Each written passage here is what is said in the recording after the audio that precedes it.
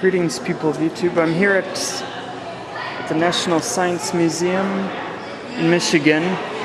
They call it Cranbrook Institute of Science. And here I'm looking at some of the interesting displays of predator-prey scenarios. How many birds will survive? Which will survive and why? Yeah, come and get the T-Rex. Thanks, Mom. You may want to pause this video to get all this.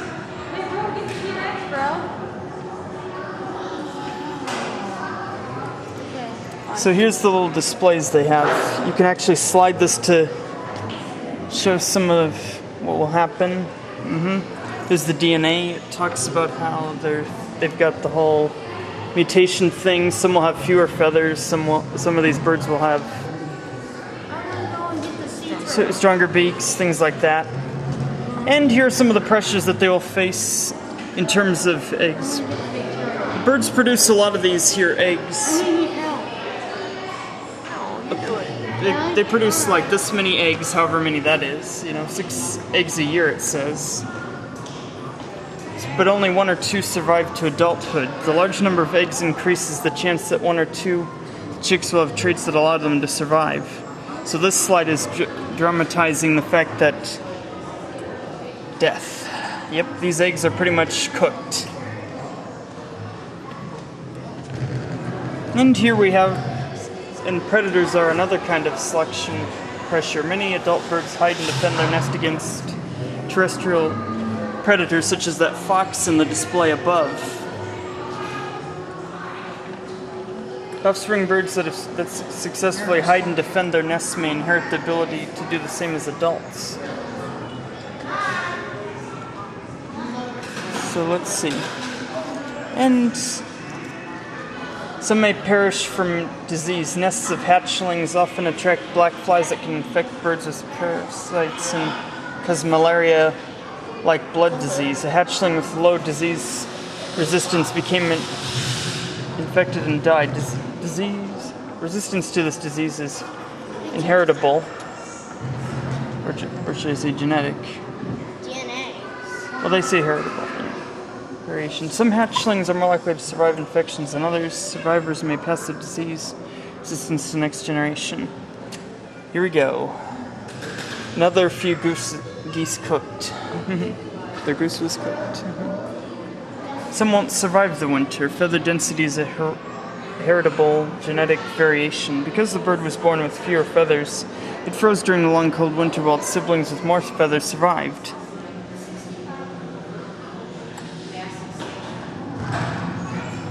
Well, that's just great. Some may be eaten by other birds. Red-tailed hawks are aerial predators that often hunt and eat smaller birds.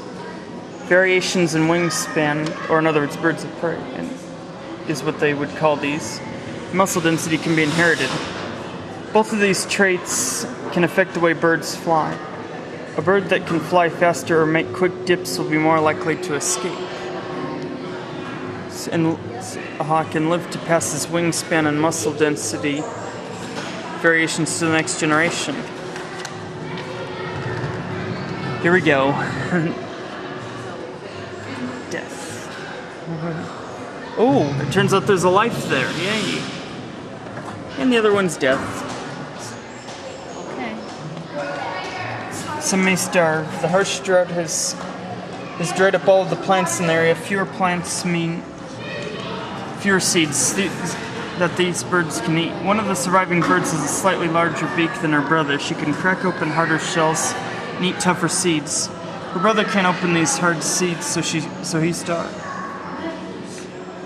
Due to this drought, the large-beaked bird is more likely to survive and pass the trait to her offspring.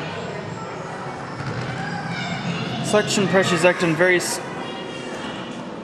variations and change species. Only one bird had the right combination of variations to survive in this environment. Resistance to parasitic blood disease, high feather density, and a large beak when she reproduces. She may pass these variations to her offspring. In time, these variations may become common in a species. But how do new species evolve? Selection pressures act on variations within a population, determining which individuals survive to reproduce and which variations stay in a population. Over 1 million generations, a population can change so much that it becomes a new species. Neat. 48042. Now we've got the T-Rex exhibit and stuff here. Can I call you back a little bit? I'm at a museum. We're going to go into a bat show. It's going to be just a few minutes. Anyway, Pardon? we'll see more at another time. Yeah. Until next time, take care of yourself. That was 5 minutes in this museum. Our next episode will feature us seeing a live bat exhibit. Take care.